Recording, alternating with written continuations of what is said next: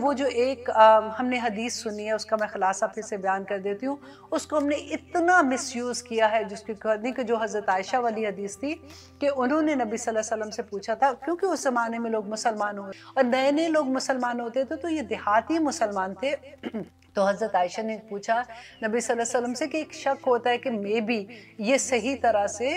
وہ ذبح نہیں کرتے ہیں، تو کیا ہم ان کا گوشت کھا سکتے ہیں؟ تو نبی صلی اللہ علیہ وسلم نے کہا کہ بسم اللہ کر کے کھا لیا کرو، اور اس میں آپ دیکھیں کہ ریزن کیا تھی کہ بسم اللہ کر کے کھا لیا کرو، مینز کہ جن کا گوشت کی بات ہو رہی ہے وہ مسلمان ہیں اور ان کو وہ ذبح کرتے تھے، لیکن ایک صرف تھوڑا سا شک تھا کہ مے بی وہ ٹھیک طرح سے نہیں کرتے، تو نبی صلی اللہ علیہ وسلم نے کہا کہ کیونکہ وہ مسلمان ہیں، وہ ذبح کرتے ہوں گے، تم اپنے شک کی بنا پہ بسم اللہ پڑھ لو۔ اب اس بات کو لوگوں نے اتنا غلط طرح سے استعمال کیا کہ ذبیحہ ہے یا نہیں ہے، اہل کتاب نے اس طرح سے ذبح کیا، انہوں نے خون ڈرین جو سے باہر سارا نکالا ہے کہ نہیں کیا، بسم اللہ پڑھ کے کھا لو، کیونکہ وہ حدیث جو ہے حضرت عائشہ نے کہا کو نبی صلی اللہ علیہ وسلم نے کہا تھا کہ بسم اللہ پڑھ۔ اب دیکھیے کہ بسم اللہ جو تھی یہ صرف مسلمانوں کو ہی اللہ سبحانہ تعالیٰ نے نہیں کہا تھا پڑھنے کی۔ اگر آپ ہسٹری دیکھتے ہیں تو ابراہیم علیہ السلام کو آپ کو یاد ہے جب انہوں نے خواب میں دیکھا تھا اپنے بیٹے کو ذبح کرنے کا، اور پھر وہ دمبا جو ذبح کیا تھا، تو اس زمانے میں سے بھی یہی طریقہ تھا،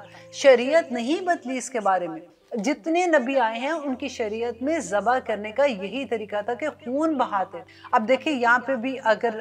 حضرت نوح علیہ السلام کے زمانے میں آپ دیکھیے کہ بسم اللہ جب وہ کشتی پہ سوار ہوئے تھے تو انہوں نے کیا پڑھا تھا، بسم اللہ و مجریہا و مرساہا ان ربی لغفور الرحیم، تو اس وقت بھی انہوں نے بسم اللہ پڑھی تھی۔ حضرت نوح علیہ السلام حضرت ابراہیم علیہ السلام سے بہت پہلے تھے، اور اس کے بعد دیکھیے حضرت یوسف علیہ السلام نے، حضرت سلیمان علیہ السلام نے جو خط لکھا تھا انہوں نے پوری بسم اللہ لکھی تھی، بسم اللہ الرحمن الرحیم لکھا تھا، اور یہ قرآن میں ہے سارا۔ تو اس زمانے سے بھی یہی طریقہ تھا۔ اب دیکھیں جب ہم اللہ سبحانہ ہم کیوں بسم اللہ پڑھتے ہیں، سب سے پہلے تو ہم یہ بسم اللہ اس لیے پڑھتے ہیں کہ ہم اللہ سبحانہ تعالیٰ سے اجازت طلب کرتے ہیں، یہ ساری مخلوق اللہ سبحانہ تعالیٰ کی ہے۔ اب دیکھیے جب آپ کسی سے کوئی چیز لیتے ہیں تو آپ اس سے اجازت لیں گے نا، آپ کے پرس میں کوئی چیز ہے تو ایسا تو نہیں کہ آپ کے دوست ساتھ بیٹھی وہ آپ کے پرس سے چیزیں اٹھا کے لے کے جا رہی ہے، وہ نہیں لے سکتی۔ اگر آپ اللہ سبحانہ تعالیٰ کی مخلوق ہے، اگر آپ کو اس کو ذبح کرنا ہے، اس کا گوشت کھانا ہے، آپ کو حلال ہے، آپ کو اجازت ہے کھانے کی، لیکن آپ کس سے اجازت لیتے ہیں؟ جو اس کا مالک ہے۔ اب دیکھیے کہ پانی پیتے وقت بسم اللہ پڑھنا، کھانا کھانے وقت، آپ نے کپڑے چینج کرنے بسم اللہ پڑھتے ہیں، نماز وضو کرتے ہیں بسم اللہ پڑھتے ہیں، ہر چیز سے پہلے اللہ سبحانہ نبی صلی اللہ علیہ وسلم نے کہا بسم اللہ پڑھو، اللہ سبحانہ تعالیٰ کی اجازت ہے۔ آپ کپڑے چینج کرتے ہیں بسم اللہ کیوں پڑھتے ہیں؟ کیونکہ قرآن میں ہے، اللہ سبحانہ تعالیٰ نے کہا کہ شیاطین تمہیں اس جگہ سے دیکھتے ہیں جہاں سے تم ان کو نہیں، اور جب تم بسم اللہ پڑھتے ہو تو تمہارے اور ان کے درمیان میں ایک دیوار آ جاتی ہے، وہ تمہیں نہیں دیکھ سکتے۔ اور پھر اتنی برکتیں بسم اللہ کی، جب اللہ کے نام سے آپ کوئی بھی چیز کھاتے ہیں وہ چیز امن بن جاتی ہے، آپ کے لیے خیر بن جاتی ہے۔ اب آپ انشاءاللہ آپ دیکھتے ہیں کہ آگے کے لیے چھوٹی سی بریک پہ دیکھتے ہیں کہ آگے اللہ سبحانہ تعالیٰ کیا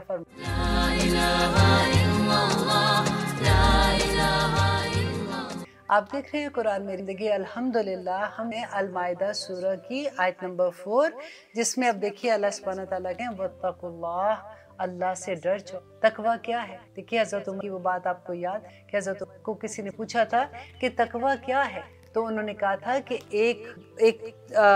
راہداری جیسے ہوتی ہے نا کہ تنگ سی راہداری ہوتی، تو انہوں نے کہا کہ ایک ایسی راہداری پہ تم چل رہے ہو کہ جس کے دونوں طرف کانٹے لگے ہوئے ہیں، تو تم کیسے اس راہداری پہ چلو گے کہ تم اپنے آپ کو سنبھال کے، بالکل ایسی دنیا میں کہ اللہ سبحانہ تعالیٰ کے حلال و حرام کے درمیان میں سے جب تم چلتے ہو تو دیکھ کے چلو، اللہ سبحانہ تعالیٰ سے ڈر جاؤ، تم ایسے نہیں سمجھو کہ کوئی دیکھنے والا نہیں ہے۔ ان اللہ بے شک اللہ سریع الحساب، کہ اللہ بڑا جلد حساب لے۔ آپ نے اکثر یہ بات سنی ہے نا، دیکھی جائے گی، وہ بالکل اس کا جواب پھر آپ یہ دے دیا کیجئے کہ اللہ سبحانہ تعالیٰ کہتے ہیں کہ ان اللہ سریع الحساب، کہ اللہ بڑا جلد حساب۔ اور آگے دیکھیے الیوم احل، الیوم آج کے دن، یہ کون سا دن تھا؟ عرفات کے دن میں اللہ سبحانہ تعالیٰ کہتے ہیں احل، حلال کر دی گئی، لکم تمہارے لیے، الطیبات پاکیزہ چیزیں۔ پھر سے وہی بات ہے جو ہم نے پہلے پڑھا تھا کہ اللہ سبحانہ تعالیٰ کہتے ہیں کہ تمام پاکیزہ چیزیں تمہارے لیے حلال کر دی گئی، وطعام الذین، اور کھانا ان لوگوں کا اوتوا الکتاب، جن کو کتاب دی گئی، حل لکم، تمہارے لیے حلال۔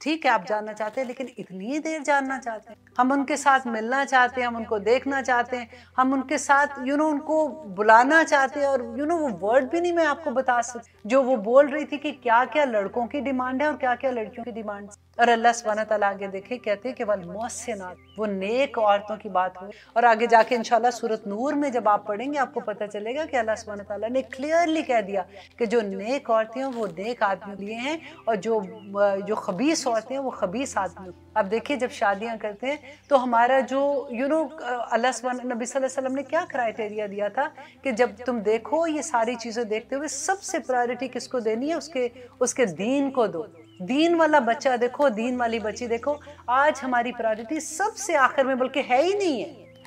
ہے۔ یہ تو کوئی بھی نہیں پوچھتا کہ بچہ دیندار کتنا ہے یا بچی دیندار کتنی ہے، الا ماشاءاللہ جو لوگ کرتے ہیں وہ تو کرتے ہیں، میں عام بات کروں۔ اب دیکھیے کبھی یہ ظلم دیکھا کریں، کبھی کوئی دیندار بچی کی شادی کسی بے دین لڑکے سے ہو جائے نا تو آپ کبھی اس بچی کا حال دیکھیں کیا ہو، یا پھر کوئی دیندار بچہ اور اس کی شادی کی اللہ ہو۔ آپ بھی اسی دنیا میں رہتے ہیں اور آپ کو اچھے سے پتہ ہے ماں باپ کا یہ فرض ہوتا ہے، کیونکہ باپ جو ہے وہ حاکم ہے بچی کا نا، باپ کو یہ دیکھنا، ولی ہے اس کا، باپ کو یہ دیکھنا ہوتا ہے کہ اپنی بچی کو جس کے ہاتھ میں دے رہا ہے، یا پھر اگر بہو آ رہی ہے، یوں تو بچے آج کل خود بھی پسند کر لیتے ہیں، وہ بھی یہ چیز دیکھیں، اپنے بچوں کو یہ بتایا کریں اپنے بچوں، اور ان کو کہ کیسی بچیاں ہونی چاہیے، کیونکہ مجھے یہ بات میں نے اپنے بچوں کو جب حدیث سنائی تھی تو they were shocked also، جیسے میں نے جب فرسٹ ٹائم سنی تھی کہ کوئی ایک صحابی تھے یا تابعی ہو گئے، وہ اپنے بچہ جیسے ان کا پیدا ہوا تھا تو وہ امام حسین کے پاس لے کے گئے، تو انہوں نے کہا کہ گرتی دلانے کے لیے، تو انہوں نے کہا کہ تم نے تو بہت دیر کر دی، تو انہوں نے کہا تو ابھی تو پیدا ہوا میں آپ کے پاس لے کے آیا ہوں، تو انہوں نے کہا کہ تمہیں تب آنا چاہیے تھا جب تم اس کی ماں کو پسند کر، کہ جس عورت نے اس بچے کی تربیت کرنی ہے۔ تو دیکھیں یہ بچوں کو یہ چیزیں اگر آپ شروع سے بتائیں گے تو آسانی ہو جائے گی۔ ہم کئی دفعہ کہتے ہیں کچھ نہیں ہوتا، بچے کہاں سنتے ہیں، ایسی بات نہیں ہوتی، لیکن آپ واللہ میں آپ کو کہہ رہی ہوں اگر آپ اپنے بچوں کو شروع سے یہ باتیں بتائیں گے ان کو ضرور سمجھ آئے، اور اگر آپ کے گھر کا ماحول ایسا ہے نا تو اگر وہاں پہ دین ہے آپ کے گھر میں تو بچوں کو بتانے کی بھی ضرورت نہیں ہوتی، بچے آٹومیٹیکلی انڈرسٹینڈ کرتے ہیں۔ دیکھیں ماں سب سے بڑی ٹیچر ہوتی ہے، سب سے پہلا ٹیچر ماں باپ ہی تو بچے کے ہوتے ہیں، وہ اپنے گھر میں دیکھتے ہیں کہ کیسی عورت ہے، کیسی ماں ہے، وہ اپنی جب بیوی تلاش کریں گے تو وہ یہی دیکھیں گے۔ تو آگے دیکھیے اللہ سبحانہ تعالیٰ کہتے ہیں کہ اذا جب آتیتموہن اجورہن، جب تم ان کو ان کے مہر دے دو، محسنین غیر مسافرین، کہ ان کو تم نکاح میں لانے کے لیے ان سے شادی کرو تاکہ تم اپنا گھر بناؤ، بچے پیدا ہوں، تاکہ تم سیریسلی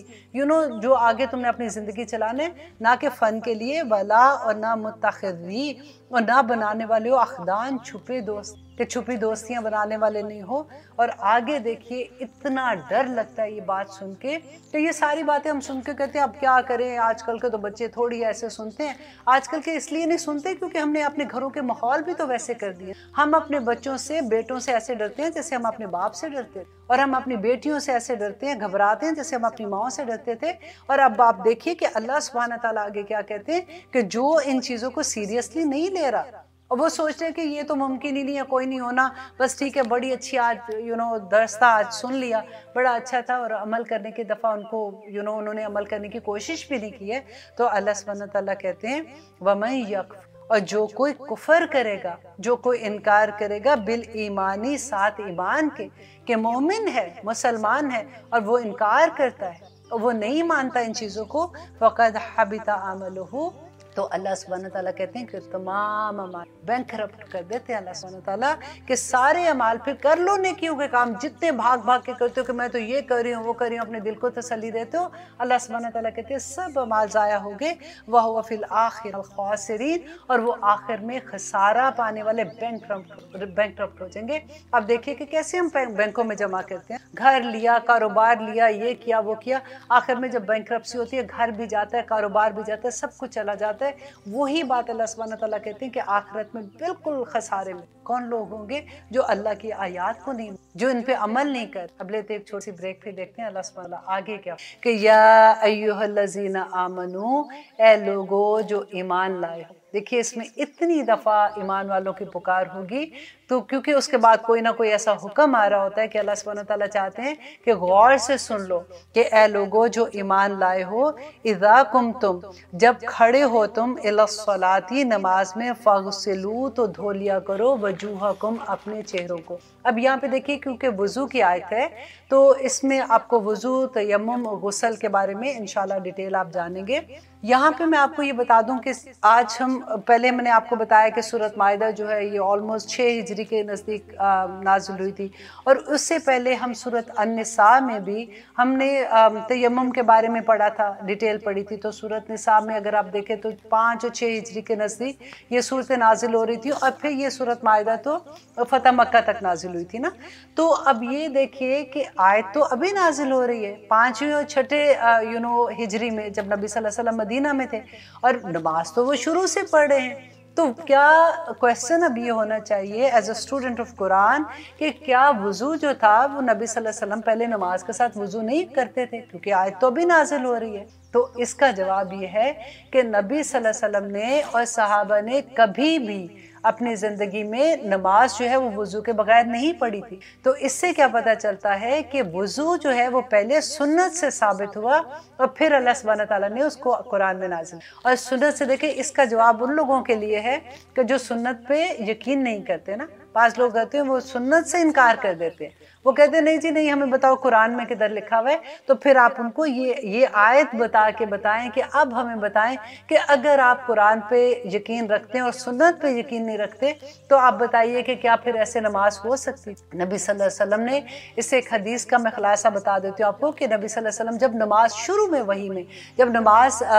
فرض ہوئی تھی تو اس وقت نبی صلی اللہ علیہ وسلم کو جبرائیل علیہ السلام آئے تھے اور انہوں نے وضو کا طریقہ بھی بتایا اور نماز پڑھنے کا طریقہ بھی بتایا تھا، اور نبی صلی اللہ علیہ وسلم نے اسی طرح سے آ کے حضرت خدیجہ کو بتایا وضو کرنے کا طریقہ اور نماز پڑھنے کا طریقہ بتایا۔ اور پھر جب وہ مدینہ میں آئے تھے تو اس کے بعد تو جب وہ معراج پہ گئے تھے تو 5 نمازیں فرض ہوئی تھی، تو اس کے بعد جب وہ نماز پڑھتے تھے تو وضو کے ساتھ ہی پڑھتے تھے۔ اور اب دیکھیے کہ نبی صلی اللہ علیہ وسلم نے کہا کہ وضو کا، نبی صلی اللہ علیہ وسلم نے کہا، عبداللہ بن عمر بیان کرتے ہیں کہ ایک دفعہ نبی صلی اللہ علیہ وسلم نے پانی منگوایا اور پھر وضو کر کے، وضو کے سارے جتنے اعضاء تھے وضو کے، اس طرح سے پراپر طریقے سے وضو کر کے دکھایا، ایک ایک دفعہ سارے اعضاء کو دھویا، اور انہوں نے کہا کہ یہ وہ طریقہ ہے جس کے بغیر نماز نہیں ہو۔ پھر دوبارہ سے نبی صلی اللہ علیہ وسلم نے پانی منگوایا اور پھر انہوں نے پورے وضو کے اعضاء کو 2 دفعہ دھویا، اور پھر نبی صلی اللہ علیہ وسلم نے فرمایا کہ یہ وضو کا وہ طریقہ ہے کہ اس طرح سے وضو کرنے سے دوگنا ثواب ہو۔ اور پھر دوبارہ سے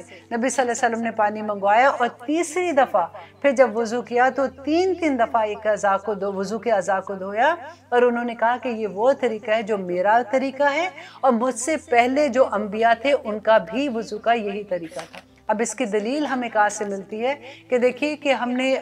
حضرت ابراہیم کا واقعہ آپ نے بہت دفعہ سنا کہ حضرت سارہ اور ابراہیم علیہ السلام گزرتے ہیں، ایک شہر سے گزرتے ہیں، وہاں کا جو بادشاہ ہوتا ہے وہ بڑا ظالم ہوتا ہے، وہ عورتیں جو خوبصورت عورتیں ہوتی ہیں وہ ان کو اپنے پاس بلا لیتا تھا، اور جو ان کے خامد ہوتے تھے ان کو قتل کر دیتا تھا۔ اب ابراہیم علیہ السلام اس شہر سے گزرے تو اس بادشاہ کو پتہ چلا کہ ایک آدمی یہاں پہ آج رات کو قیام کر رہا ہے اور اس کے ساتھ ایک عورت ہے، وہ بہت خوبصورت ہے، سارا بہت خوبصورت تھی۔ تو اس نے اپنے ہرکارے کو بھیجا اور اس نے کہا، اور ان کا کیا ہوتا تھا کہ وہ، کیونکہ میں نے آپ کو بتایا جیسے کہ خامد کو قتل کر دیتے تھے اور بیوی کو لے جاتے تھے، تو جب اس کے پاس وہ ہرکار آیا تو اس نے ابراہیم علیہ السلام سے پوچھا کہ یہ کون ہے، تو انہوں نے کہا یہ میری بہن ہے۔ آپ کو یاد ہے ہم نے پہلے بھی پڑھا تھا کہ ابراہیم علیہ السلام نے جو ایک دفعہ وہ جھوٹ مصلحت کے تحت بولا تھا، جب انہوں نے کہا تھا کہ ہمارے بتوں کو کس نے مارا ہے، تو انہوں نے کہا تھا کہ جو تمہارا بڑا بت ہے اس سے جا کے پوچھو، اور ایک دفعہ یہاں پہ کہ کیونکہ ان کو یہ پتا تھا کہ وہ قتل کر دیتے ہیں، تو انہوں نے کہا کہ سارہ کو کہ یہ میری بہن ہے، تو وہ انہوں نے ابراہیم علیہ السلام کو چھوڑ دیا اور سارہ کو لے کے چلے گئے۔ اب سارہ کہتی ہیں وہاں پہ جا کے انہوں نے وضو کیا اور پھر انہوں نے نماز پڑھی، جو بھی انہوں نے نفل پڑھے ہوں گے، جو نماز اللہ سبحانہ تعالیٰ کے ساتھ پڑھی، اور دعا کی کہ یا رب العالمین میں آپ پہ ایمان لائی ہوں، مجھے اس فتنے سے بچا لو۔ تو پھر اس کے بعد وہ سارا قصہ یہاں پہ بتانے کا صرف مقصد یہ تھا کہ اس وقت بھی سارہ نے وضو کیا اور نماز پڑھی اور اللہ سے دعا کی۔ تو وضو تو اس وقت بھی تھا، ان کی شریعت میں بھی تھا۔ اور اس کے بعد ایک اور واقعہ آتا ہے کہ نبی صلی اللہ علیہ وسلم نے بتایا تھا کہ بنی اسرائیل میں ایک شخص تھا جس کا نام جریج تھا. وہ بڑا جیسے عبادت گزار تھا, بڑا نیک آدمی تھا, اور وہ سارا وقت اپنی عبادت کرتا رہتا تھا. ایک دفعہ اس کی ماں اس کو ملنے کے لیے آئی, ایک حجرہ سا تھا جس میں وہ رہتا تھا, اس کی ماں ملنے کے لیے آئی, اس کو آواز دی, کیونکہ وہ نماز کی حالت میں تھا, وہ اس کی اپنی نماز جو اس زمانے کی نماز ہوتی تھی اس طرح سے وہ عبادت کر رہا تھا. تو اس نے اپنی ماں کو جواب نہیں اس وقت دے سکا, ماں غصے سے چلی گئی. دوسری دفعہ آئی, اس نے جواب ماں نے پکارا, اس کو بلایا, اس نے پھر بھی جواب نہیں دیا صحیح طرح سے, ماں پھر غصے سے چلی گئی. پھر تیسری دفعہ آئے وہ, پھر کیونکہ وہ نماز کی حالت میں تھا, اور جیسے وہ نماز سے فارغ ہوا تو ماں چلی جاتی تھی. اب تیسری دفعہ ماں کو غصہ آیا اور اس نے بدعا کیا کی کہ میرے بیٹے کو اس وقت تک جریج تجھے موت نہ آئے جب تک تو کسی فاحشہ کی شکل نہ دیکھ لے. اس کی بدعا دینے کا یہی طریقہ ہوگا. تو اب میرا بتانے کا آگے جو مقصد ہے نا, آپ اس پہ غور کیجئے گا. وضو کے بارے میں بتا رہی ہوں نا, کہ اب ہوا کیا کہ اس گاؤں میں ایک عورت تھی جس کو جریج جو تھے وہ اس کو پسند آ گئے. وہ ان کے پاس آ کے ان کو برائی کی دعوت دیتی ہے, جریج انکار کر دیتے ہیں. وہ اپنی خواہش کسی اسی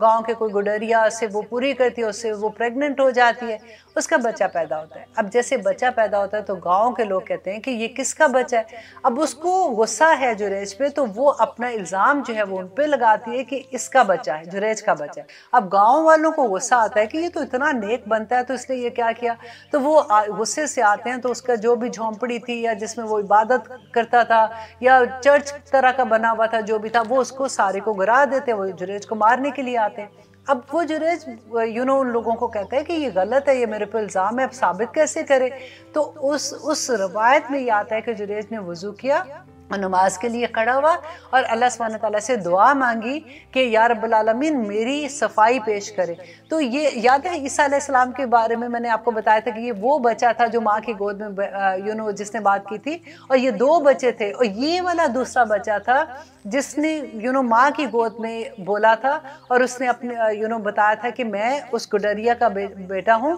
میں جریج کا بیٹا نہیں ہوں. تو ان کی بے گناہی ثابت ہوئی. تو پھر گاؤں کے لوگوں نے کہا کہ ہم تمہارا یہ جو انہوں نے توڑا تھا, جو بھی گرجا تھا, ہم اس کو سونے کا بنا دیتے ہیں. ان کو افسوس تھا کہ انہوں نے اتنے نیک آدمی کے ساتھ ایسے کیا. تو انہوں نے کہا کہ نہیں, ضرورت نہیں ہے اس طرح سونے کی بنانے کی, تو مجھے مٹی کا ہی میرا واپس بنا دو جیسا تھا. لیکن بتانے کا مقصد یہ تھا کہ وضو انہوں نے بھی اس وقت کیا تھا. تو جو اللہ سبحانہ تعالیٰ یہاں پہ اس آیت میں کہہ رہے ہیں, یا ایھا الذین آمنو, اے لوگو جو ایمان لائے, اذا کنتم, جب تم کھڑے ہو, للصلاۃ, نماز کے لیے, فاغسلوا وجوہکم, تو اپنے چہروں کو دھو لیا کرو. اب ابو ہریرہ سے ایک روایت ملتی ہے کہ رسول اللہ صلی اللہ علیہ وسلم نے کہا کہ جب تم وضو کرو تو بسم اللہ والحمدللہ پڑھ لیا کرو. تو جب ہم شروع میں جیسے وضو سٹارٹ کرتے ہیں نا, تو بسم اللہ والحمدللہ پڑھ لیا کرو. تو جب تک تم وضو کی حالت میں رہتے ہو تو یہ کرامن کاتبین جو ہیں وہ تمہارے لیے نیکیاں لکھتے جاتے ہیں. اور ایک اور بات میں آپ کو اس کے بارے میں تھوڑی سی آپ کے ساتھ شیئر کر دیتی ہوں, تاکہ آپ جب وضو نیکسٹ ٹائم کریں گے تو آپ اتنے شوق سے وضو کریں گے. کیونکہ کئی دفعہ ہوتا ہے نا, سستی ہوتی ہے کہ ہاں چلو کوئی بات نہیں, بعد میں کر لیں گے. اور آسانی ہے کہ اگر آپ کا وضو نہیں ٹوٹا ہوا تو آپ ڈیفینیٹلی دوسری نماز بھی پڑھ سکتے ہو, تیسری بھی پڑھ سکتے ہو. لیکن جب ہمیں اس کو اجر سمجھ آتی ہے نا, پھر بہت مزہ آتا ہے. کیونکہ نبی صلی اللہ علیہ وسلم نے ابو ہریرہ سے پوچھا تھا کہ ابو ہریرہ تم ایسا کیا عمل کرتے ہو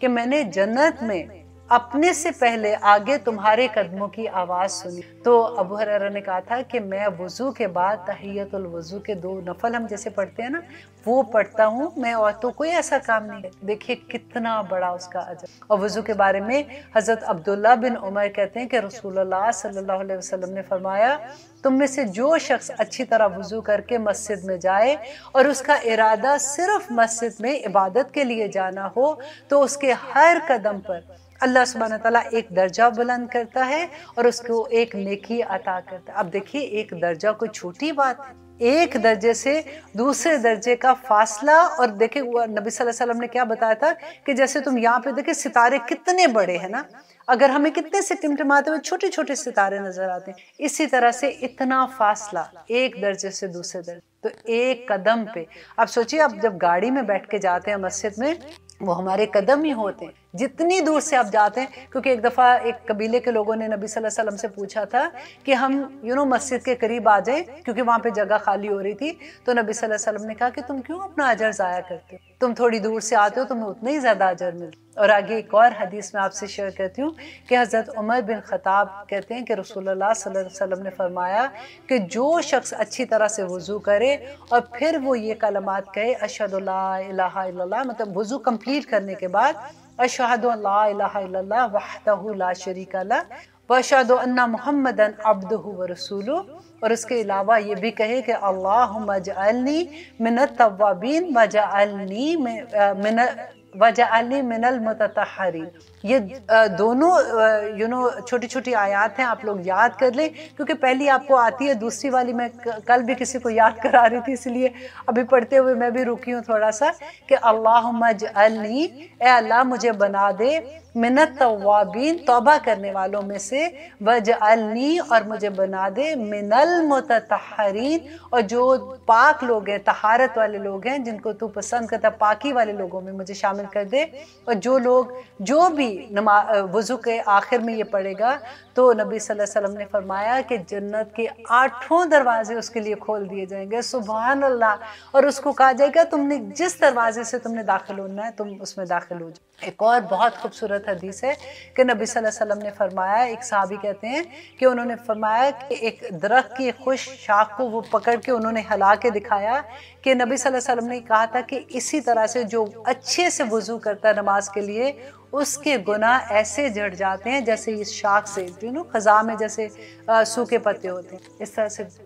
ہمارے گناہ ہوتے ہیں. نبی صلی اللہ علیہ وسلم نے یہ بھی کہا تھا کہ وضو جیسے ہم کرتے ہیں نا, تو انہوں نے کہا کہ دیکھو جو نماز پڑھتا ہے اور وضو کرتا ہے وہ یہ سوچے کہ اس کے گھر کے آگے ایک ندی جا رہی ہے اور وہ صاف پانی ہے اور اس میں وہ دن میں 5 دفعہ نہاتا ہے, اس کے گناہ کیسے اس کے پاس رہتے, وہ سارا پاک و صاف. اللہ اتنی خوبصورت باتیں جب سنتے ہیں تو پھر دل چاہتا ہے کہ وضو کا ٹائم 5 سے ہم دل چاہتا ہے کہ 10 دفعہ وضو کرتے رہے. اور ایک اور وضو کا اجر و ثواب کے بارے میں ابو ہریرہ کہتے ہیں کہ نبی صلی اللہ علیہ وسلم نے فرمایا جب بندہ مومن وضو کرتا ہے تو اس کے جب وہ چہرہ دھوتا ہے تو اس کے چہرے کے گناہ دھل جاتے ہیں, ایک ایک قطرے کے ساتھ اس کے گناہ دھل. جب وہ ہاتھ دھوتا ہے اس کے ہاتھوں کے گناہ, جب وہ پاؤں دھوتا ہے اس کے پاؤں کے گناہ, جب وہ آنکھیں دھوتا ہے اس کی آنکھوں کے گناہ. اللہ سبحانہ تعالیٰ قبول کرے. اور میں یہ کہتی ہوں کہ اتنی اللہ سبحانہ تعالیٰ اتنی خوبصورت اس کے اجر دیتے ہیں, اتنی موٹیویشن جیسے ہوتی ہے کہ اتنا ثواب ہے, تو پھر بار بار دل چاہتا ہے کہ وضو کرے اور اللہ سبحانہ تعالیٰ کو خوش کرے اور اپنے لیے جنت کمائے. اور آگے اللہ سبحانہ تعالیٰ کہتے ہیں وَأَيْدِيَكُمْ, اور اپنے ہاتھوں کو إِلَى الْمَرَافِقِ, کوہنیوں تک. سم ٹائم ہوتا ہے ہم وضو کرتے ہیں نا, یوں پانی لیتے ہیں اور ہم یوں کر لیتے ہیں, اکثر ہماری وضو ایسے ہوتے ہیں. لیکن اگر آپ ایسے بھی کرتے ہیں تو ہاتھ سے کونیوں تک اپنے پانی کو لگا لیا کرے. وَامْسَحُوا, اور مسح کر لو بِرُؤُوسِكُمْ, اپنے سروں کا. اور سر کا مسح کا جو ملتا ہے اس میں ڈیفرنٹ ہے, امام شافعی کا, امام مالک کا, اور امام ابو حنیفہ کا. آپ وہ خود بھی دیکھ سکتے ہیں, لیکن نبی صلی اللہ علیہ وسلم کا ایک طریقہ تھا کہ وہ یوں کرتے تھے اور پیچھے پورے جہاں پہ بال ختم ہوتے ہیں پھر وہاں سے لا کے جہاں پہ بال ہوتے ہیں وہاں تک لے آتے. تو وَامْسَحُوا بِرُؤُوسِكُمْ وَأَرْجُلَكُمْ, اور اپنے پاؤں کو بھی دھو لیا کرو, إِلَى الْكَعْبَيْنِ, اپنی ٹخنوں تک. کیونکہ ایک دفعہ نبی صلی اللہ علیہ وسلم تھوڑا پیچھے رہ گئے تھے, قافلہ آگے آ گیا تھا. جب وہ ان کو ملے تو انہوں نے دیکھا کہ لوگ جلدی جلدی وضو کر رہے ہیں, تو انہوں نے کہا تھا کہ ٹخنوں والوں کو جو اپنے گیلے نہیں کر رہے ان کے لیے آگ کا عذاب ہے. تو ٹخنوں کو, کیونکہ ہم اکثر یہ ہوتا ہے کہ جیسے سنک ہے نا آج کل, تو ہم پاؤں اٹھا کے سنک میں رکھتے ہیں تو جتنا پانی گرتا ہے بس جلدی سے صاف کر لیتے, تو اپنے ٹخنے بھی آپ اچھے سے دھویا کریں. اور اس میں یہ ہے کہ کلی کرنا اور ناک میں پانی ڈالنا یہ سنت سے ہے, وہ بھی ہم لوگ کرتے ہیں. اور آگے اللہ سبحانہ تعالیٰ کہتے ہیں وَإِن كُنتُمْ, اور اگر ہو تم جُنُبًا, حالت جنابت میں, فَطَّہَّرُوا, تو پاک ہو جاؤ. وَإِن كُنتُمْ, اگر ہو تم مردہ, بیمار, او علی سفر, یا سفر میں ہو, او جاء احد منکم, یا آیا تم میں سے کوئی ایک, من الغائط, جو قضاء حاجت پوری کر کے باتھ روم سے جیسے آتے ہیں, او لامستم النساء, یا چھوا ہو تم نے عورتوں کو, مینس کے ہسبینڈ اینڈ وائف کا ریلیشن شپ جیسے ہوتے ہیں, کنایا سے یہ لفظ استعمال ہوئے. فلم تجدوا, پھر نہ پاؤ, ماء پانی, فتیمموا, تو تیمم کر لو, صعیدا, مٹی کا, طیباً, پاک.